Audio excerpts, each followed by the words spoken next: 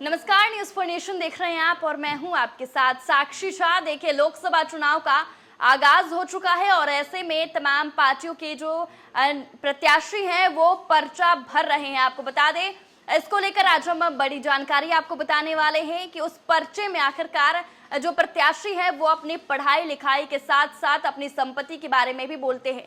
लेकिन अगर कोई प्रत्याशी अगर इस हलफनामे में अपने बारे में गलत जानकारी दे तो उनके साथ क्या होगा, और साथ ही इससे भरने के बाद जो हमारे वोटर्स है उनको क्या कुछ लाभ होगा, आइए हम आपको ये तमाम जानकारी देंगे इस वीडियो में। लोकसभा चुनाव के लिए पर्चा भरने की प्रक्रिया शुरू हो चुकी है। अगर वोटर ये जानना चाहे कि उनकी लोकसभा सीट से इलेक्शन लड़ रहे उम्मीदवार कितने दौलतमंद हैं या उनके खिलाफ कोई मुकदमा है क्या, तो ये सारी जानकारी एफिडेविट को डाउनलोड करके हासिल की जा सकती है।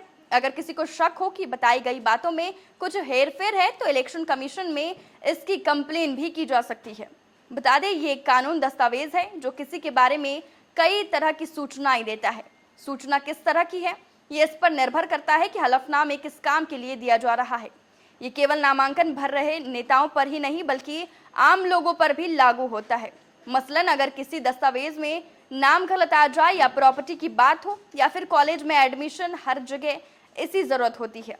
बता दें, चुनाव लड़ने वाले उम्मीदवार चाहे वो विधानसभा स्तर पर हो या राष्ट्रीय, एफिडेविट देना होता है जिसे फॉर्म 26 कहते हैं। इसमें उसे रिश्ते, संपत्ति, देनदारियों, पढ़ाई लिखाई जैसी बातों की जानकारी देनी होती है। साथ ही अगर कोई क्रिमिनल रिकॉर्ड हो तो उसे भी साफ करना होगा। एफिडेविट का कोई भी कॉलम खाली नहीं छोड़ना होता। अगर किसी कॉलम में मांगी हुई जानकारी लागू नहीं होती है तो वहां शून्य या लागू नहीं लिखा। ये इसलिए है ताकि वोट करने से पहले मतदाता पूरी तरह से साफ हो सके कि उन्हें किसे वोट करना है, किसे नहीं। ये ठीक वैसा ही है जैसे अपने घरों में शादी करते हुए हम दूसरे पक्ष की पड़ताल करते हैं। छवि ठीक होने पर ही रिश्ता करते हैं। आपको बता दें कि कई बार उम्मीदवार सारी बातें सही नहीं बताते। इसकी पुष्टि होने पर the representation of people's act यानी कि आरपीए 1951 की धारा 125A के तहत अधिकतम 6 महीने की सजा हो सकती है। साथ में जुर्माना भी लगाया जा सकता है, लेकिन इससे कैंडिडेट को चुनाव लड़ने से नहीं रोका जा सकता है। हालांकि आरपीए का सेक्शन 8A कहता है कि अगर उम्मीदवार करप्ट प्रैक्टिस करता हो यानी रिश्वत या फिर वोट के लिए धमकियां देता हो तो उसे चुनाव में शामिल होने से रोका भी जा सकता है।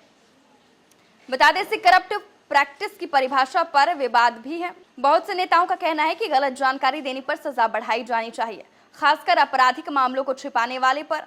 साथ ही चुनाव लड़ने पर भी रोक लगनी चाहिए ताकि केवल साफ छवि वाले लोग ही लीडर हो सके। इसे लेकर पिछले साल ही एक संसदीय कमेटी ने भाजपा सांसद सुशील मोदी की अध्यक्षता में रिपोर्ट सौंपी थी। कमेटी ने सिफारिश की कि गलत चुनावी हलफनामा दायर करने की मौजूदा सजा को बढ़ा दिया जाना चाहिए। तो देखिए, लोकसभा चुनाव को लेकर तमाम वोटर जो है हमारे देश के, उन्हें ये जानने का पूरा हक है कि वो किस उम्मीदवार को वोट देंगे। और ना सिर्फ उनको ये जानने का हक है बल्कि उनको उन प्रत्याशी के बारे में पूरी डिटेल पहले उस पर्चे में दिखाई जाती है। उसके बाद आप डिसाइड कर सकते हैं कि आप किसे वोट करेंगे। आपको ये हमारी जानकारी कैसी लगी, कमेंट करके जरूर बताएं और ऐसी तमाम खबरों से अपडेट रहने के लिए देखते रहें न्यूज फॉर नेशन।